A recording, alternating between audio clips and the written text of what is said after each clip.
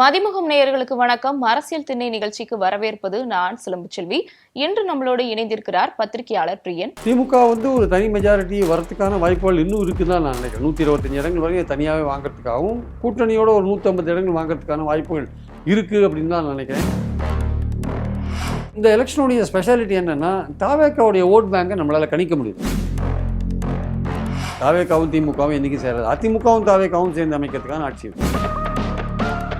தாவேகாவோட கோட்டையா சென்னை மாறுமா இல்ல திமுக கோட்டையா தான் இருக்குமா?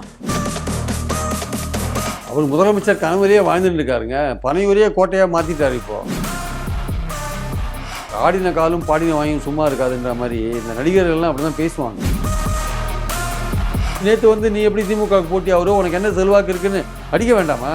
அந்த அடிக்கிறதுக்கு பயம். உங்கள் சத்யாவில் குளு குளு ஏசி ஆஃபர். டயா பூஸ்டர் சுகரை கண்ட்ரோல் பண்ணும், உங்க ஆரோக்கியத்தை மீட்டு தரும். சர்க்கரையை கட்டுப்படுத்துறதுக்கான எளிமையான வழிமுறை, இயற்கையான வழிமுறை. அனைத்து மருந்து கடைகளிலும் கிடைக்கும்.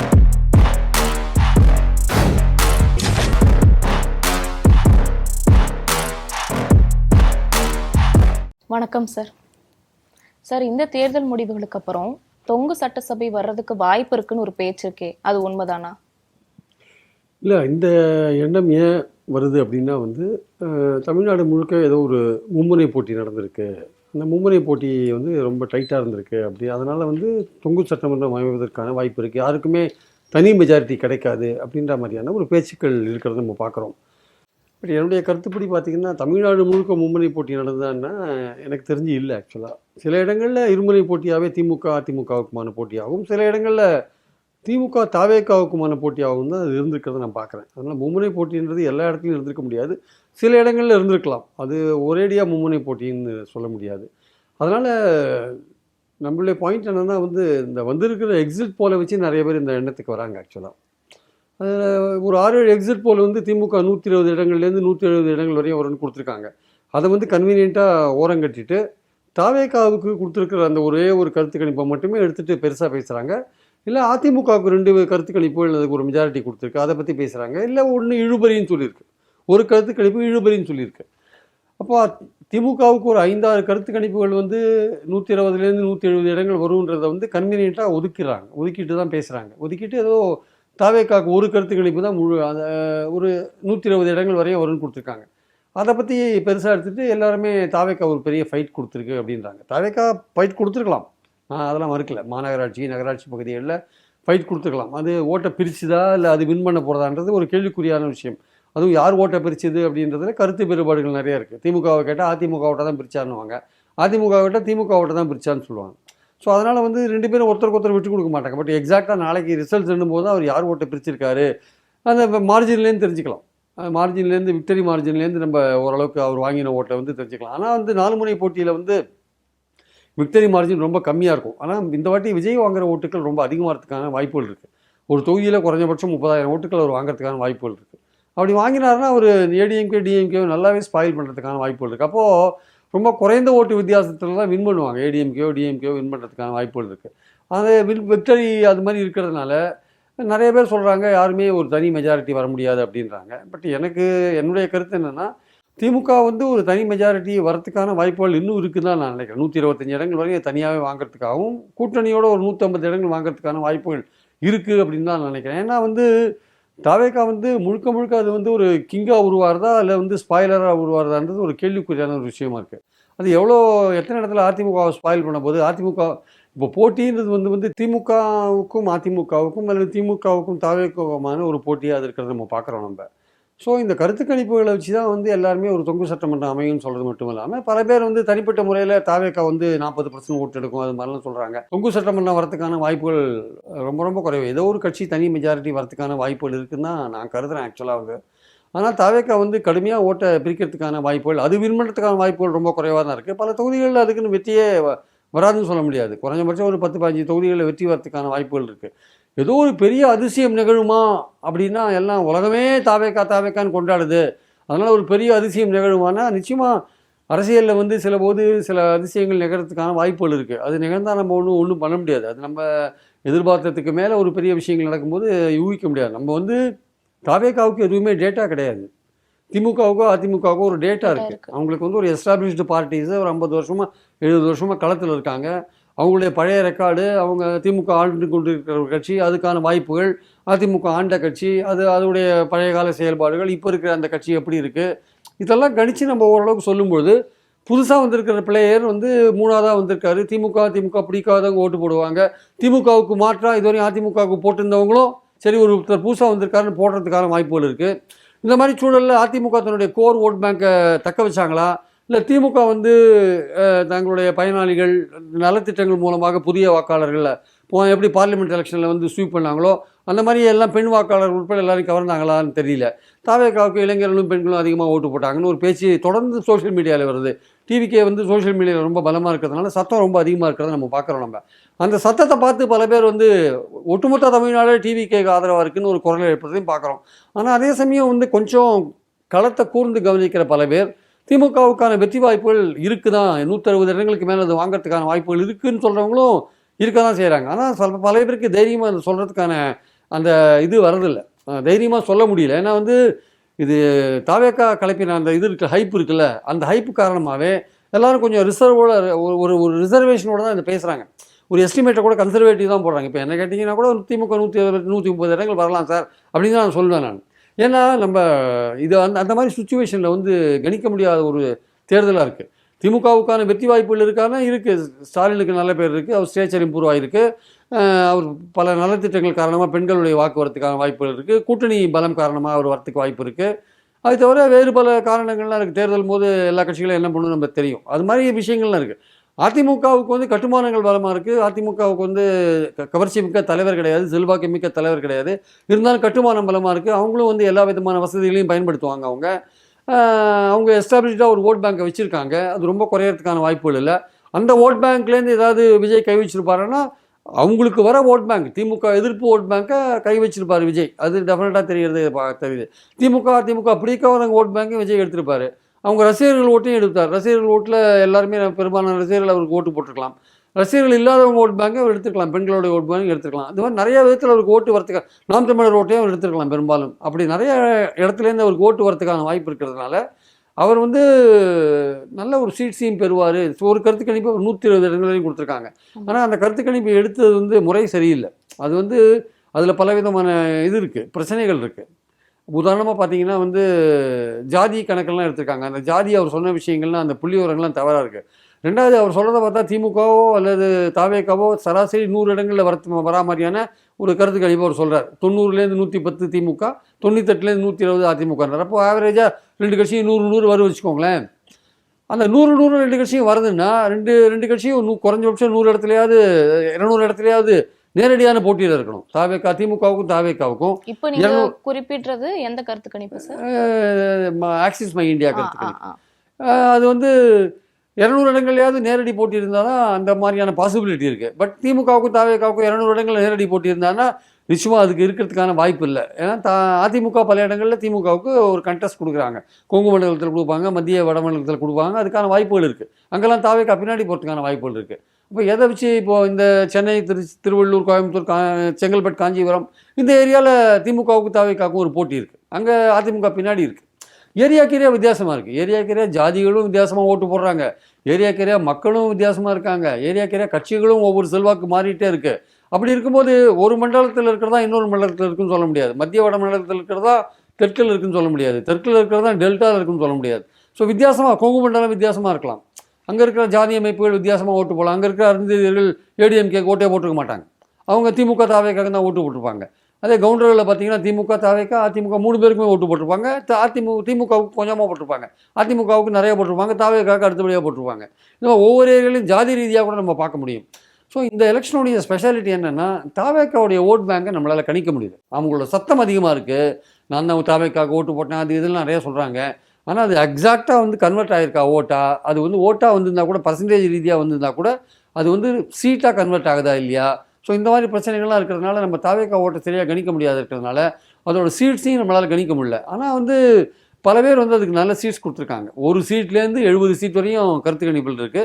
ஒரே ஒரு கருத்து கணிப்பு தான் ஒரு 120 வரும்னு சொல்லுது. இல்லை டுடேஸ் சாணக்கியா கூட வந்து 70 இடங்கள் வரையும் கொடுத்துருக்காங்க. 70 இடங்கள் வரையும் கொடுத்துருக்காங்க. அதான் 1லேருந்து 70 இடங்கள் வரையும் தாவேக்கா கொடுத்துருக்காங்க. அதே மாதிரி பார்த்தீங்கன்னா ஒரு கருத்து கணிப்பு தாவேக்காவுக்கு 120 தடவையும் கொடுத்துருக்கு. பட் என்னால் ஒன்று சொல்ல முடியும், தாவேக்கா ஆட்சிக்கு வரத்துக்கான வாய்ப்புகள் கிடையாதுன்னு நான் சொல்ல முடியும். அது என்னுடைய கருத்து. அது தாவேக்கா ஆட்சிக்கு வரத்துக்கான வாய்ப்பு கிடையாது. ஆனா என்ன பேசுபொருள் நல்ல ஒரு ஓட் பர்சன்டேஜ் வாங்குவாங்க.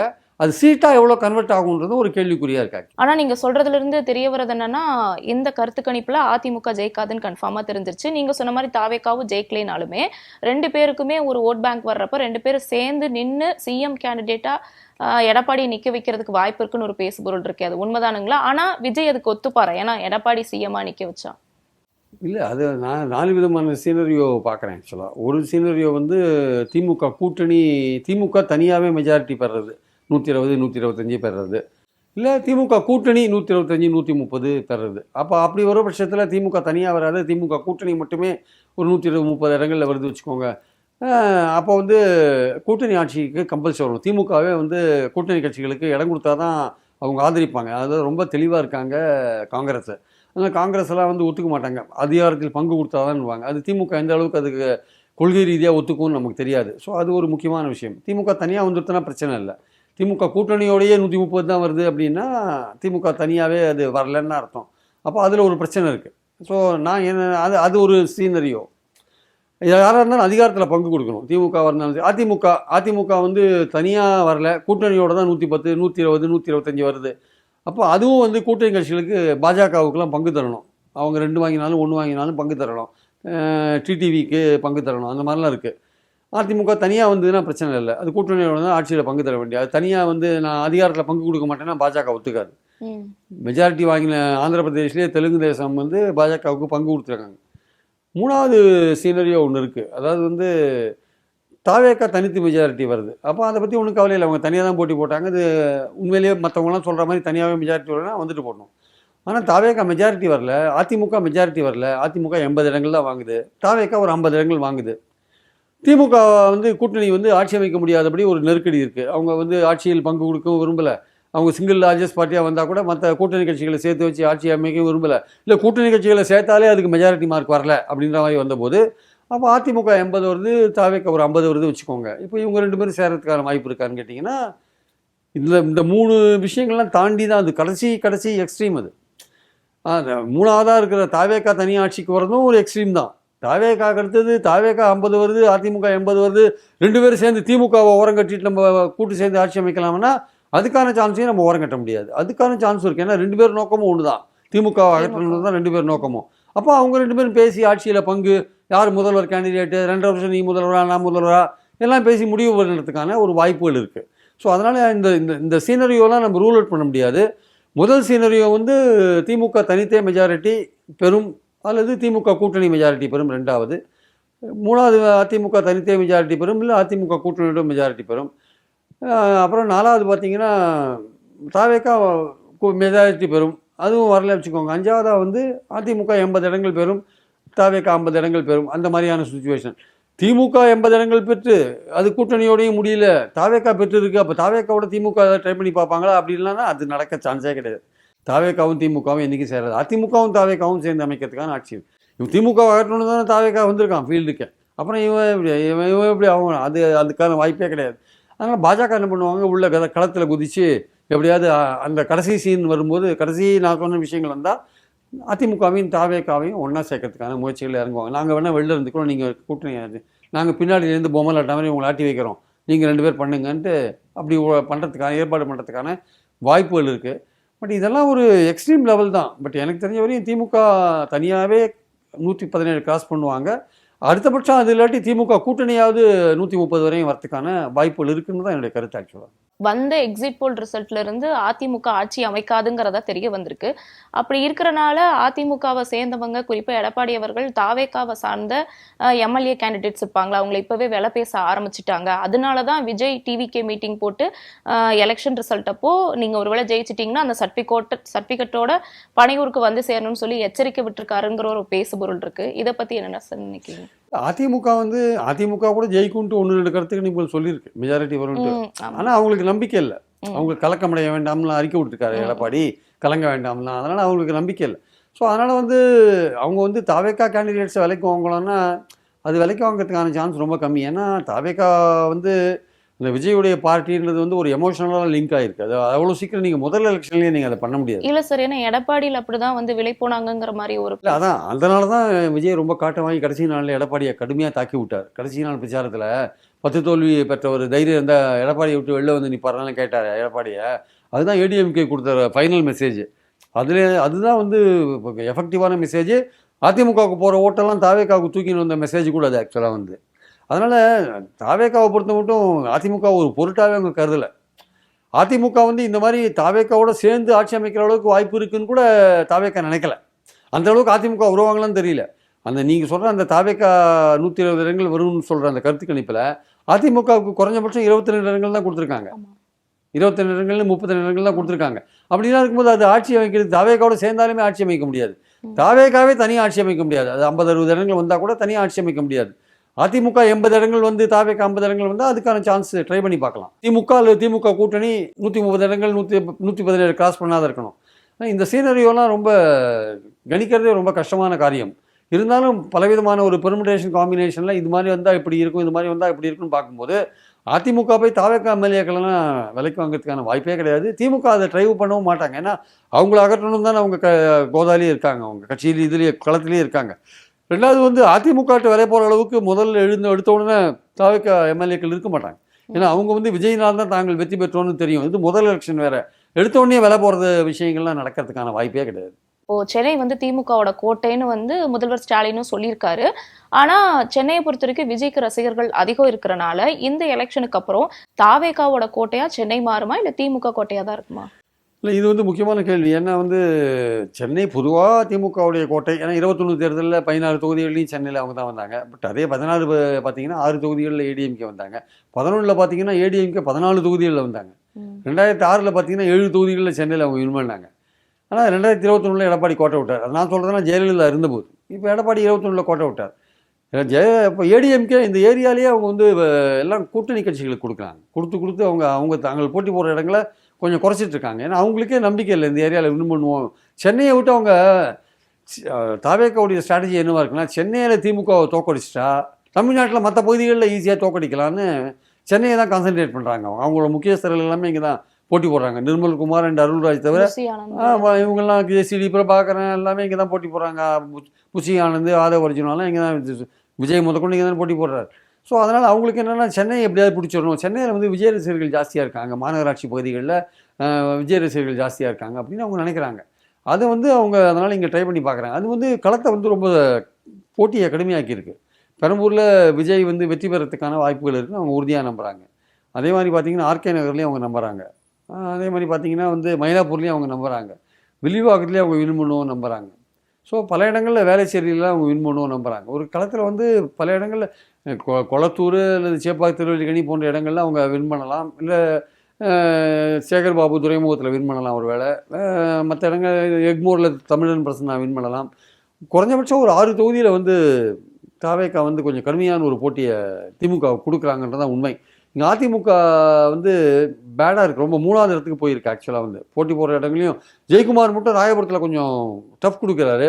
பட் அவருக்கு மைனாரிட்டி ஓட்டு அங்கே விழறதுக்கான வாய்ப்பே இல்லை. அது முழுக்க திமுகவுக்கு போகிறதுக்கான வாய்ப்புகள் தான் இருக்குது. அப்போ அது திமுக தாவேக்கா போட்டியாக மாறுது. அங்கேயும் வந்து ஒரு டஃப் இருக்குது. தாவேக்காவுக்கு வாய்ப்பு இருக்கா இல்லையான்றதை யோசிக்கணும். ஆர்கே நகரில் வந்து தாவேக்கா நல்லாவே பர்ஃபார்ம் பண்ணலான்னு சொல்கிறாங்க. துறைமுகத்தில் சேகர்பாபுக்கு வாய்ப்புகள் இருக்குன்னு பொதுவான ஒரு பேச்சாக இருக்குது. அப்படியே நீங்கள் அந்த சைடு வந்தீங்கன்னா எக்மூரில் தமிழன் பிரசன்னா திமுக ஜெயிக்கிறதுக்கான வாய்ப்பு இருக்குது. அண்ணா நகரில் கோகுல இந்திரா அவங்க கண்டெஸ்ட் பண்ணுறாங்க. சிற்றரசுன்னு திமுக ஒருத்தர் போட்டி போடுறாரு. அங்கே வந்து திமுகவுக்கான வாய்ப்புகள் தான் சொல்கிறாங்க. வில்லிவாக்கத்தில் ஆதவ அர்ஜுனா போட்டி போடுறாரு. கார்த்திக்னு ஒருத்தர் திமுகவில் இருக்கார். கார்த்திக்கு ஒரு எட்ஜ் இருக்குன்னு சொல்கிறாங்க. இல்லை சொல்கிறவங்க ஆதவ அர்ஜுனாவுக்கு நல்ல வாய்ப்பு இருக்குன்னு சொல்கிறாங்க. அங்கேயும் ஒரு போட்டி கடுமையாகிறத நம்ம பார்க்குறோம் நம்ம. அதனால் இப்படி வந்தீங்கன்னா 1000 விளக்கில் வந்து எழிலன் நாகநாதன், வளர்மதி, அதில் இன்னும் திமுக ஈஸியாக வரத்துக்கான வாய்ப்புகள் இருக்குது. சேப்பாக் திருவல்லிக்கணி திமுக வரத்துக்கான வாய்ப்புகள் இருக்குது. அதே மாதிரி பார்த்திங்கன்னா மயிலாப்பூரில் வந்து போட்டி திமுகவுக்கும் தாவேக்காவுக்குமா மாறி எடுத்து இந்த இப்போ இவங்க இருக்காங்கல்ல, அவங்க வந்து ஓரங்கட்டப்பட்டார்கள். தமிழிசை சவுந்தரராஜன். அப்படியே இந்த சைடு வந்தீங்கன்னா வந்து வேளச்சேரியில் காங்கிரஸ் கேண்டிடேட்டுக்கு இந்த வாட்டி வாய்ப்பு அவ்வளோவா இல்லைன்னு சொல்கிறாங்க.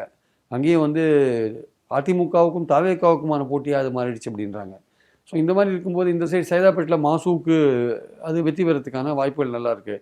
டி நகரில் அந்த சத்யானி ஏடிஎம்கே கேண்டிடேட் நல்லாவே டஃப் கொடுக்குறாரு. யாருக்கு, டிஎம்கே கேண்டிடேட்டுக்கு. அப்போ அங்கே புஷி ஆனந்துக்கும் ஏடிஎம்கேக்குமான போட்டியாக அது மாறுது. ஸோ இப்படி மாறும்பொழுது பார்த்தீங்கன்னா கிட்டத்தட்ட ஒரு 6 தொகுதிகளில் வந்து தவேகாவுக்கான ஸ்கோப் இருக்கிற மாதிரியான ஒரு தோற்றம் தெரியுது. திமுக வந்து ஒரு 8-9 தொகுதிகள் தான் வரும், தவேகா ஒரு 6 தொகுதியில் வரதுக்கான வாய்ப்புகள் இருக்கிற மாதிரி தெரியுது. ஃபைனலாக அந்த ரிசல்ட்ஸ் தான் சொல்ல முடியும். இப்போ இருக்கிற சூழலில் வந்து சென்னையில் கொஞ்சம் அவங்க திமுகவை கொஞ்சம் ஓரளவுக்கு கொஞ்சம் கலக்கிட்டாங்கன்னு தான் நினைக்கிறேன். சென்னை வந்து திமுகவோட கோட்டையா இனி இருக்காது, தாவேகா நிறைய பேர் ஜெயிக்கிறதுக்கு வாய்ப்பு இருக்குன்னா ஏன் விஜய் வந்து டிவிகே மீட்டிங் போட்டு எம்எல்ஏ கேண்டிடேட்லாம் வேற கட்சிக்கு போயிடக்கூடாதுன்னு இன்டெரக்டா சொல்ற அளவுக்கு ஒரு பயம் இருக்குல்ல சார்? அப்ப விஜய்க்கு பயம் இருக்கிறனால தானே இந்த மாதிரி பேசணும். பயம் இருக்குன்றதோட அவருக்கு நான் பனையூரில் காத்துட்டு இருப்பேன், ராத்திரி எத்தனை நேரம் ஆனாலும் காத்துட்டு இருப்பேன், நீங்களாம் வந்து சேரணும் அப்படின்னு அவர் சொல்றாரு. ஆமா, அவருக்கு என்னன்னா யாராவது இந்த அவங்களெல்லாம் கடத்தின்னு போய் கூவத்தூரில் எஸ்டேட்டில் இதில் அந்த பண்ணை வீட்டில் எங்கேயாவது வச்சுட்டா என்ன பண்ணுறது, ரிசார்ட்டில் எங்கேயாவது கொண்டு போயிட்டா என்ன பண்ணுறதுன்னு யோசிக்கிறார். பட்டு அது ஒரு புது கட்சி, அது விஜயை நம்பி தான் அந்த கட்சி இருக்குது, விஜயால் தான் அவங்க வெற்றி பெறுறாங்க கேண்டிடேட்ஸு. அதனால் வந்து அந்த கேண்டிடேட்ஸுக்கு தெரியும் நம்ம விஜயினால தான் வெற்றி பெறுறோன்ட்டு.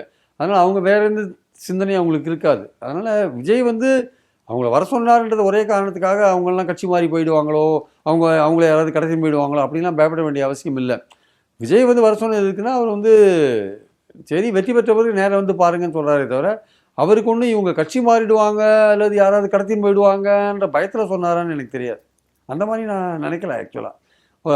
அவர் வந்து ஒழுங்காக பிரச்சாரமும் பண்ணல, ஒன்றும் பண்ணலைங்க. அவருக்கே பல கேண்டிடேட்டை நேரில் பார்த்துருக்க மாட்டாருங்க.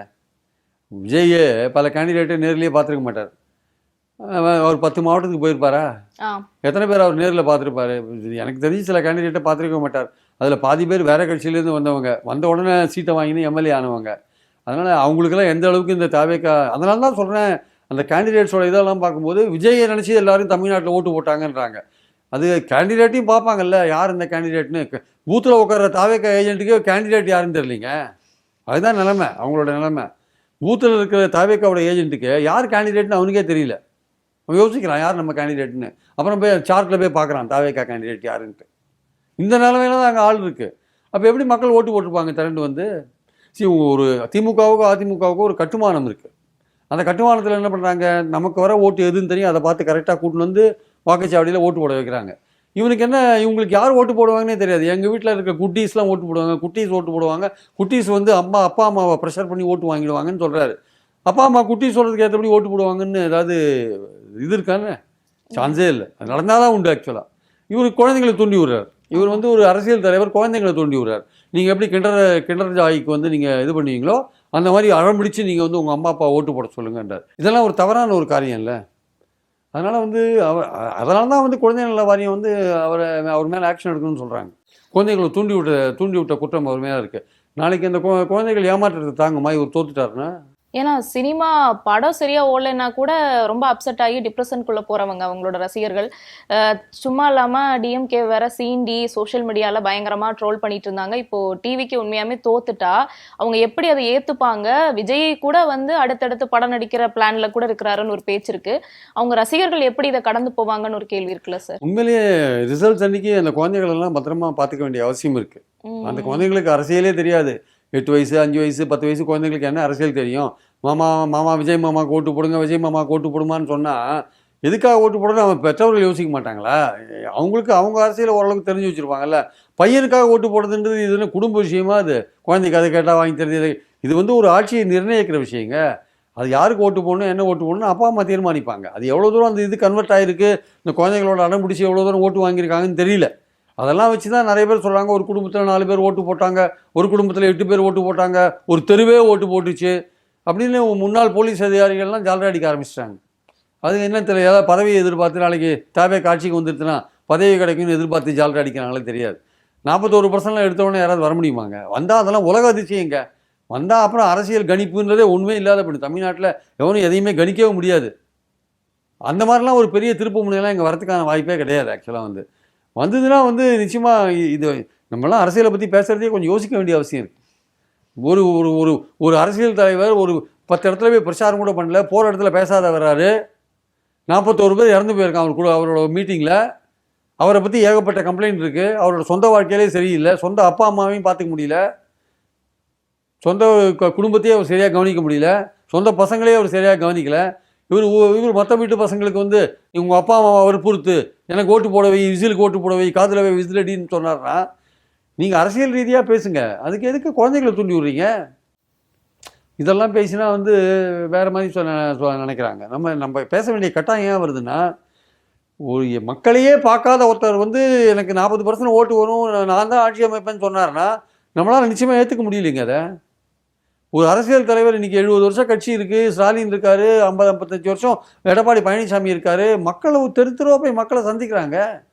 ஒவ்வொரு வீட்டுக்குமே அந்த வேட்பாளர் ஒவ்வொரு வீட்டுக்குமே கும்பிட்றார். அந்த இவர் தெருவாக அலையிறாங்க. மக்கள் ஜனநாயகத்தில் மக்களை சந்திக்கணுங்க. எதுக்குங்க ரோடு இருக்கும்? எதுக்கு பிரதமர் 10 தடவை போகிறார் வெஸ்ட் பெங்காலுக்கு? எதுக்கு 4 தடவை சென்னைக்கு வர்றாரு? எதுக்காக போனவர்? ஒரு அந்த கஷ்டப்பட வேண்டிய அவசியம் இருக்குல்ல.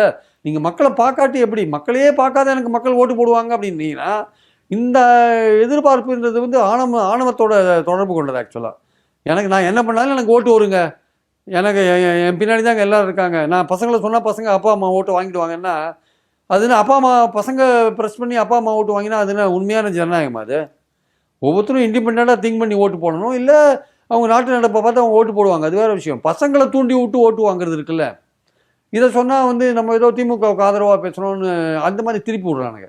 பசங்களை தூண்டி விடுறது கரெக்டாக இல்லையான்னு அதுக்கு பதில் கிடையாது.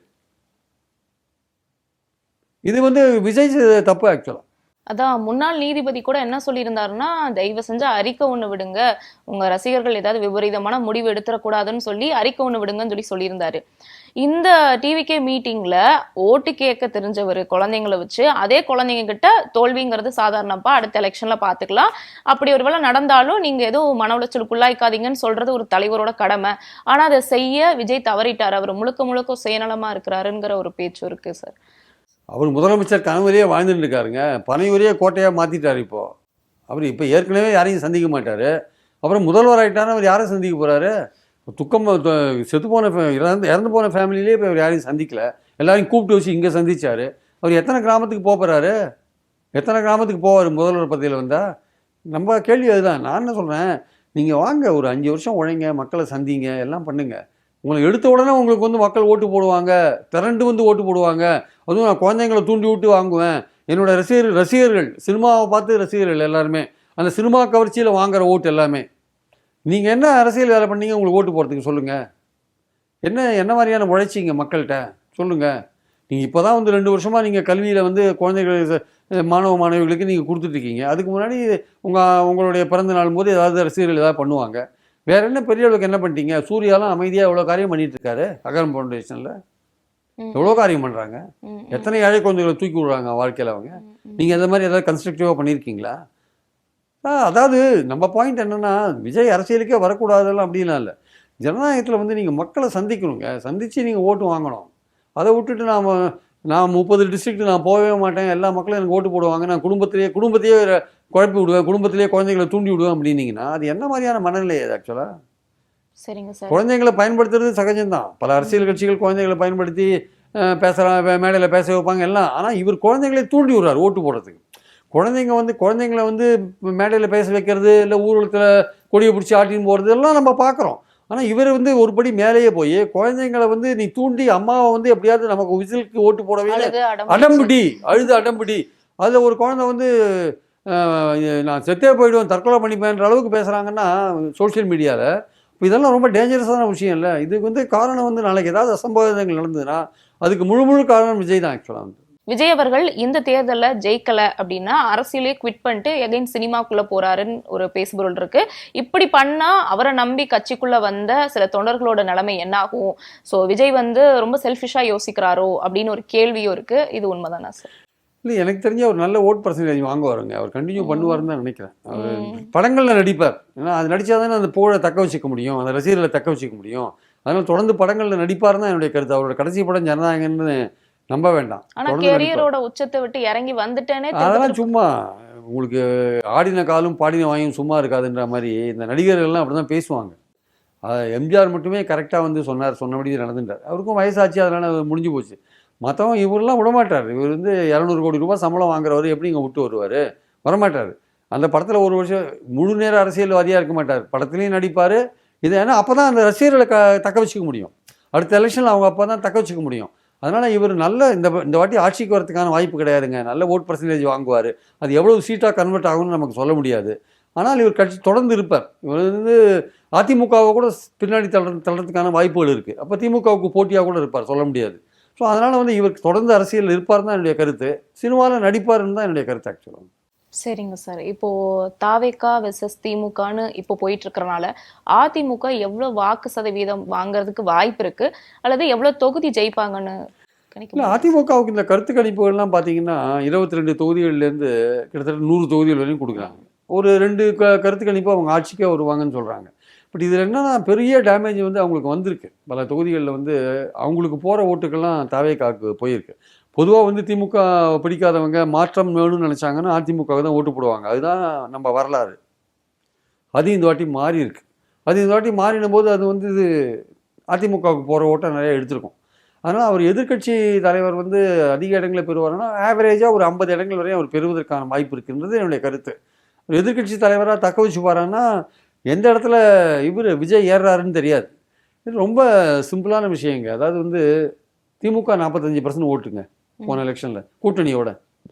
அது 10% குறைஞ்சாலும் 35%ங்க. அது 35%னா 4 முனை போட்டியில் அது வெற்றிக்கான வாய்ப்பு இருக்குது. 130 இடங்கள் 140 இடங்கள் பெறத்துக்கான வாய்ப்பு இருக்குது. அதிமுக கூட்டணி 39%. அது 10% குறைஞ்சா 29% ஆகும். அப்படி போச்சுன்னா ஒரு 50-60 தொகுதிகள் வரதுக்கான வாய்ப்பு இருக்குது. ஆனால் அதே சமயம் தாவேகா வந்து அது ஏறுது வச்சுக்கோங்க, மேலே 15லேருந்து 20 22ன்னு போச்சு வச்சுக்கோங்க. அப்போ அதிமுக அது குறைஞ்சிட்டே இருக்கும். அது குறையும் போது இவன் ஏறிட்டே இருப்பான். இந்த 2 பேரும் 26 27 28ல் 2 பேரும் போட்டி போட்டு நின்னாங்க வச்சுக்கோங்க. அது எந்த அளவுக்கு சீட் கன்வெர்டபிலிட்டி ஆகிருக்கு, ஆளுக்கு 30 கன்வெர்ட் ஆகிருக்கா, இல்லை 50-30ன்னு கன்வெர்ட் ஆகிருக்கான்னு கரெக்டாக சொல்ல முடியல. ஏன்னா அந்த சீட் கன்வெர்டபிலிட்டி பற்றி கரெக்டாக நம்மளால், ஏன்னா சில குறைஞ்ச வாக்கு வித்தியாசத்தில் வின் பண்ணுறதுக்கான வாய்ப்புகள் இருக்கிறதுனால நம்ம அதை சரியாக கணிக்க முடியாது. உதாரணமாக பார்த்தீங்கன்னா பீப்புள் பல்ஸ்னு NDTVயோட கருத்து கணிப்பு, அதில் வந்து 145 வரையும் திமுக கொடுத்துருக்காங்க, 120 145 வரையும். ஆனால் வாக்கு சதவீதம் வந்து 38 கொடுத்துருக்காங்க. வேற இவங்களுக்கு வந்து பார்த்தீங்கன்னா 45 65 ஒன்று கொடுத்துருக்காங்க. அதிமுகவுக்கு வாக்கு சதவீதம் 31% கொடுத்துருக்காங்க. இந்த 7% இருக்குல்ல, இந்த 7%ன்றது சாதாரண விஷயம் இல்லை. 31க்கும் 38க்கும் 7% இருக்குது. அப்போது 145ஓட திமுக நின்றுடுமான்னு சொல்ல முடியாது. அதோட வந்து இப்போ அதிமுக வாங்குறதோட 3 மடங்கு அதிகமாக வாங்குறதுக்கான வாய்ப்பு இருக்குது. உதாரணமாக பார்த்தீங்கன்னா போன வாட்டி வந்து திமுகவுக்கும் அதிமுகவுக்கும் வந்து ஒரு 3% தான், திமுகவுக்கும் அதிமுகவுக்கும் 3% தான் வாக்கு வித்தியாசம் 21 எலெக்ஷனில். அப்போது அதிமுக 66 இடங்களும் திமுக 133 இடங்களும் வாங்கினாங்க. 3% வாக்கு வித்தியாசம் தான். அப்போது அந்த கணக்குப்படி பார்த்தீங்கன்னா கூட இந்த வாட்டி வந்து இந்த 7% வாக்கு வித்தியாசம், அந்த NDTV கருத்து கணிப்புப்படி 7% அப்படின்ற போது 3% வந்து உங்களுக்கு 66லேருந்து 133 திமுக கொண்டு போயிருக்கு. அப்படின்னா 3% வித்தியாசமே. இதில் 7% வித்தியாசம், இது வந்து ரியலிஸ்டிக்காக நடக்குமா நடக்காதே தெரியும், இந்த கணக்குலேருந்து சொல்கிறேன். அப்போது அந்த 31 வாங்கின அதிமுக 38 வாங்கின திமுகனா 7% வித்தியாசம் வரும்போது இந்த பீப்புள் பல்ஸில் அது வந்து அதிமுகவோட 3 மடங்கு அதிகமாக வாங்கும். அதிமுக 50 வாங்கினா திமுக 150 வாங்கும். அதிமுக 60 வாங்கினா திமுக 150 வாங்கும். அதிமுக 40 வாங்கினா திமுக 120 வாங்கும். அந்த கணக்குப்படி அப்படி தான் போகும்னு நான் நினைக்கிறேன். அதனால் வந்து அதிமுக என்னை பொறுத்த மட்டும் குறைந்தபட்சம் 40 இடங்கள் வாங்கிறதுக்கான வாய்ப்புகள் இருக்குது. பெரும்பாலான கருத்து கணிப்புகள் அவங்களுக்கு வந்து ஆவரேஜாக போட்டு பார்த்தீங்கன்னா 45-60 இடங்கள் வரையும் வாங்குறாங்கன்னு இருக்குது. டோட்டலாக வந்த 13 கருத்து கணிப்பையும் நீங்கள் ஒர்க் அவுட் பண்ணி இந்த போல் ஆஃப் போல்ஸ்ன்னு பார்த்தீங்கன்னா அவங்களுக்கு ஒரு 40லேருந்து 65 இடங்கள் வாங்கிறதுக்கான வாய்ப்புகள் இருக்குன்னு தான் கருத்து கணிப்புகள் சொல்கிறத பார்க்குறோம் நம்ம ஆக்சுவலாக. சரிங்க சார். இப்போ தேர்தலுக்கு முன்னாடி வரைக்குமே வந்து 4 முனை போட்டின்னு தான் ஒரு பெரிய பேசுபொருள் போயிட்டு இருந்துச்சு. இப்போ எக்ஸிட் போலுக்கு அப்புறம் 3 முனை போட்டியா மாறிடுச்சு, தாவேகா அதிமுக திமுகன்னு. நாத்தாக்காவை வந்து இதுக்கப்புறம் யாரும் கண்டுக்க மாட்டாங்களா? ஸோ விஜய் வந்து நாத்தாக்கா இடத்த புடிச்சிட்டாரா? நாத்தாக்கா இப்போ என்ன ஸ்டேஜில் இருக்காங்க? உண்மையிலேயே நாத்தாக்காவோட நிலைமை ரொம்ப கேள்விக்குறியாக தான் இருக்குது. ஏன்னா அவரும் லூஸ் பண்ணுறாரு. எப்படி திமுகட்டேருந்து மைனாரிட்டி வாக்குகளை கொஞ்சம் விஜய் எடுக்கிறாரோ, அதிமுகட்டேருந்து திமுக எதிர்ப்பு வாக்குகள் எடுக்கிறாரோ, அதே மாதிரி நாதாக்காட்டேருந்து இளைஞர்கள் வாக்குகள் அவர் எடுக்கிறார். எந்த அளவுக்கு எடுக்கிறாரு? போன வாட்டி 8% வரையும் இருந்தார், இந்த வாட்டி எவ்வளோ குறைய போகிறாருன்றதுலாம் முக்கியமான காரியம். ஆனால் இந்த வாட்டி பல கருத்து கணிப்புகளில் நாதாக்காவுக்கு சில இடங்கள் கொடுத்துருக்காங்க, அதர்ஸ்ன்னு போட்டு கொடுத்துருக்காங்க. அது நாதாக்கா தான், வேறு யாரும் இல்லை. ஸோ அதனால் நாதாக்காவுக்கு இடங்கள் கொடுத்ததை பார்க்கும்போது அவங்க ஏதோ சில பர்சன்டேஜ் வாங்குவாங்க அப்படின்ற மாதிரி ஒரு ஈவன் 8% 9% வாங்கினா கூட 1-2 இடங்கள் வின் பண்ணுறதுக்கான வாய்ப்புகள் இருக்குது. காரைக்குடியில் வந்து சீமான் வின் பண்ணுறதுக்கான வாய்ப்புகள் இருக்குது அப்படின்லாம் நிறைய பேர் சொல்கிறாங்க. ஆனால் காரைக்குடியில் வந்து தாவேக்கா வின் பண்ணணுன்னு தான் இன்றைக்கி வரையும் ஸ்ட்ராங்காக ரூமர் இருக்குது. சீமான் தோற்றுருவார், தாவேக்கா தான் வின் பண்ணணும், 2வது சீமான் வருவார்ன்றாங்க. அங்கே பிரபுன்னு ஒரு தாவேக்கா கேண்டிடேட் ரொம்ப எஃபெக்டிவாக இருக்கார், பவர்ஃபுல்லாக இருக்கார் அப்படின்னு சொல்கிறாங்க. அது எவ்வளோ தூரம் காங்கிரஸே 3வது தான் போகுன்றாங்க. அது எவ்வளோ தூரம் இருக்குது பொறுத்து இருந்தால் பார்க்கணும் நம்ம.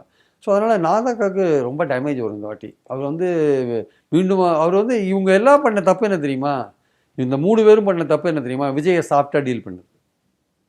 விஜய் நீங்கள் ஒரு பொலிட்டிக்கல் லீடராக வந்திருக்காரு, அவரோட செல்வாக்கை பார்த்து நீங்கள் அவரை இறங்கி அடிக்கணும். நீங்கள் அவரை அதை விட்டுட்டு இவர் வந்து கொடியை பார்த்துட்டு மெகா கூட்டணி அமைய போகுது, பிள்ளையார் சொல்லி போட்டாச்சின்னு அப்படியே ஆனந்தமாக இருந்தார். யார்?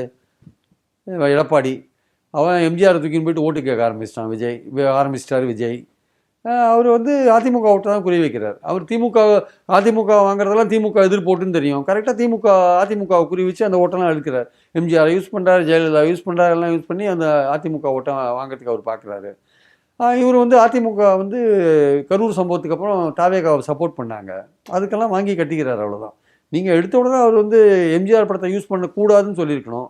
இல்லை வந்து தாவேகா வந்து நீ என்ன கட்சி வச்சிருக்க, நான் தான் திமுகவுக்கு உண்மையான எதிரி, நீ கிடையாதுன்னு சொல்லியிருக்கணும். அந்த பிரச்சாரத்தை கையில் எடுத்துக்கணும். தாவேகாவை சாஃப்டாக டீல் பண்ணதோட விளைவை அதிமுக அனுபவிக்குது. தாவேகா வரதுனால நமக்கு ஒரு பெரிய பிரச்சனை இருக்குதுன்னு திமுக உணர்ந்ததுனால தான் காங்கிரஸ் அவ்வளோ பிரச்சனை பண்ணும்போது கூட காங்கிரஸை விடக்கூடாதுன்னு கூட்டணியில் தக்க வச்சவர் ஸ்டாலின். அவருக்கு தெரியுது தாவேகா நம்மளை டேமேஜ் பண்ணுவாங்கன்னு தெரிஞ்சு தான் அதை காங்கிரஸை தக்க வைக்கிறார். காங்கிரஸ் மட்டும் போயிருந்து வச்சுக்கோங்க, திமுக ஆட்டங்கள் இருக்கும். ரொம்ப நல்ல வேளையாக காங்கிரஸை தக்க வச்சார். ஓரளவுக்கு மைனாரிட்டி ஓட்டை ஒரு 75% எடுத்துட்டார். 25% தான் அவர் எடுத்துன்னு போகிறார். அதே சமயம் தேமுதிகவும் உள்ளே எடுத்து போட்டார். இதெல்லாம் வந்து தாவேகா வருதுன்னு ஒரு டிஃபென்ஸ் ஆடினது தான் திமுக. அதை வந்து ஸ்டாலின் நல்லாவே பண்ணார். கமலை கூட்டார், பிரச்சாரத்துக்கெல்லாம் கூட்டின்னு போனார். அது மாதிரி ஓரளவுக்கு தன்னை சேஃப்கார்ட் பண்ணுறதுக்கான விஷயங்களை பண்ணதுனால தான் ஓரளவுக்கு மெஜாரிட்டி மார்க்கை கிராஸ் பண்ணி 150 இடங்கள் 30 இடங்கள் வாங்கிறதுக்கான வாய்ப்பு இருக்குதுன்னு நான் நினைக்கிறேன். இல்லை ஒரு காங்கிரஸ் தகராறு பண்ணிட்டு தாவேகாட்ட போயிருந்து வச்சுக்கோங்க, ரொம்ப திமுகவோட நிலைமை ரொம்ப கேள்விக்குறியாக மாறி இருக்குன்னு தான் என்னுடைய கருத்து. நல்ல வேளை அதை வந்து ஸ்டாலின் தன்னுடைய ஸ்ட்ராட்டஜினால் அதை நிறுத்தி வச்சு கொஞ்சம் ஓரளவுக்கு கூட்டணியை கட்டமைச்சார். நாதாக்காவும் வந்து பெரிய அளவுக்கு விஜயை தாக்கலை. அவங்களுக்கு வந்து என்னன்னு தெரில, விஜய் நடிகர்ன்றதுனாலையோ இல்லை சினிமாக்காரர்ன்றதுனாலையோ என்னவோ தம்பி அப்படி இப்படின்னு ஏதோ சொல்லிட்டு இருக்காரு, அதனாலையோ அவரும் தாக்கலை. ஆனால் அவரையும் டேமேஜ் பண்ணுறாரு இவர். இப்போ இந்த எலெக்ஷனுக்கு அப்புறம் நாதாக்கா சும்மா இருக்காது, விஜயை தாக்க ஆரம்பிச்சிருவாங்க. இப்போ நீங்கள் சொல்கிறதுலேருந்து என்ன தெரிய வருதுன்னா, மற்ற 3 கட்சிகளுமே தாவேக்கா வந்து ரொம்ப சாஃப்டாக டீல் பண்ணிட்டாங்கன்னு சொல்கிறீங்க. இதுக்கு என்ன காரணம் சார்? அவர் நடிகர்னு மட்டும் பார்த்துட்டாங்களோ? அவர் பெரிய அளவுக்கு வரமாட்டார், சும்மா அவங்க ரசிகர்கள் தான் இருக்காங்க அப்படின்னா. ஆனால் கடைசியாக போக போக எலெக்ஷனுக்கு ஒரு வாரம் முன்னாடி பார்த்தீங்கன்னா அவர் அந்த வீட்டில் இருக்கிற பசங்களை குறி வச்சு ஆரம்பித்தார் பார்த்தீங்களா. அது வந்து ரொம்ப டேஞ்சரான ஒரு ப்ரொபோசிஷனில் போயிடுது ஆக்சுவலாக. அது அந்த சோஷியல் மீடியாவில் அந்த இதெல்லாம் வந்து வைரல் ஆச்சு இல்லை, பல சின்ன பசங்க விஜய் மாமா ஓட்டு போடுங்க அது இதுன்னு ஒரு என்டையர் தமிழ்நாடே விஜய்க்கு ஆதரவாக இருக்கிற மாதிரியான தோற்றத்தை உருவாக்கிடுச்சு. அதை இவங்க வந்து யூகிச்சிருக்கணும். இவங்க நினச்சாங்க அது மாதிரிலாம் இல்லை, விஜய் ஒன்றும் பெரிய ஆள் இல்லை, அவர் வந்து அவர் ரசிகர்கள் தான் ஓட்டு போடுவாங்க, அவருக்கு பெரிய கட்டமைப்பு கிடையாது, அவர் 234 இடத்துலையும் கேண்டிடேட்டை போடுவாரெல்லாம் கேள்வி கேட்டாங்க. அதெல்லாம் இல்லை, அதெல்லாம் கணிச்சிருக்கணும். உண்மையிலேயே விஜயகாந்தோட செல்வாக்கு மிக்க நடிகர் விஜய், அதில் சந்தேகம் இல்லை. அவருக்கு ஓட்டு வரத்துக்கான வாய்ப்புகள் பலது இருக்குன்னு நான் பல இடங்களில் பேசியிருக்கேன். எந்த வழியிலலாம் அவருக்கு ஓட்டு வரத்துக்கான வாய்ப்பு இருக்குது. இப்போ அதெல்லாம் யோசித்து அந்த ஆபத்தை வந்து நம்ம இடத்த தான் அவர் கைப்பற்றுறாருன்னு அதிமுக உணர வேண்டாமா? திமுகவுக்கு போட்டியாக நான் தான் இருக்கேன் அவர் சொல்லும்போது, நீ கிடையாதியா, திமுகவுக்கு போட்டின்றது நாங்கள் தான், எம்ஜிஆரும் ஜெயலலிதாவும் எங்களை அப்படி தான் உருவாக்கியிருக்காங்கன்னு இவர் தானே களத்தில் வரணும். நீ நேற்று வந்து நீ எப்படி திமுகவுக்கு போட்டி அவரோ, உனக்கு என்ன செல்வாக்கு இருக்குன்னு அடிக்க வேண்டாமா? அந்த அடிக்கிறதுக்கு பயம். அவர் அடித்தா நாளைக்கு ஏதாவது இப்போ இந்த எலெக்ஷன் ரிசல்ட்ஸுக்கு அப்புறம் ஒருவேளை தாவேக்காவோட கூட்டணி சேரத்துக்கு வாய்ப்பு இருந்ததுன்னா, அவர் நிறைய இடங்கள் பெற்றிருந்தாருன்னா அந்த ஒரு ஐடியாவில் கூட அடிக்கிறத நிறுத்தியிருப்பாங்க, சொல்ல முடியாது. ஆனால் அடிச்சிருந்தாங்க வச்சுக்கோங்க, இவங்க வாக்கு அவ்வளோ தூரம் அங்கே போயிருக்காது. இவங்களுக்கான எண்ணிக்கை கொஞ்சம் ஏறி இருக்கிறதுக்கான வாய்ப்புகள் இருக்குது. சில பேர் சொன்னாங்க இல்லை அடிக்காத இருந்தது தான் ராஜதந்திரன்றாங்க. அடிக்காத இருந்தது ராஜதந்திரமா, அடிக்காம போனது ராஜதந்திரமான எலெக்ஷன் ரிசல்ட் தான் சொல்லணும் ஆக்சுவலாக. ஏன் அவ்வளோ பயம் சார் எடப்பாடிக்கு விஜய் மேலே? அவரை விமர்சனம் பண்ணி பேசியிருக்கலாம்ல, என்ன தயக்கம் அவருக்கு இருந்திருக்கு? அவருக்கு பயம் தான். போஸ்ட் போலில் வந்து முன்னாடியே ஒரு கூட்டணி வைக்கணும்னு பார்த்தாரு. அவர் எனக்கு சிஎம் கொடுத்தா நான் வரேன்னு சொல்லிட்டாரு 80 இடங்கள், இவர் முடியாதுன்னு சொல்லிட்டாரு. அதான் முடியலன்னு சொன்னா கண்டிப்பா அடிச்சுதான் தேர்ந்துடணும். அப்பவும் வந்து அடிக்கல. அப்பவும் இது 41 பேர் இறந்து போனதுக்கு அப்புறமும் கூட்டணி வைக்கலாம் ட்ரை பண்ணி அடிக்காதே விட்டாங்க. இப்போ வந்து நான் போஸ்ட் போலில் பார்த்துக்கலாம் அப்படின்னு அடிக்காதே விட்டாங்க கடைசி நேரத்தில். மொத்தத்தில் அந்த ஸ்ட்ராட்டஜி தப்பு. நீ நம்ம இடத்துக்கு போட்டியாக வந்திருக்கான், நம்ம திமுகவுக்கு நமக்குமான போட்டியிலே அவன் குறுக்க வந்திருக்கான், இவனை ஓரம் கட்டணும்னு நினைக்க வேண்டாமா? அது பண்ணலையே. அது ரொம்ப நன்றி சார். நாங்கள் கேட்ட கேள்விகளுக்கு அழகாகவும் பொறுமையாகவும் பதில் சொன்னீங்க. நன்றி சார். நன்றி.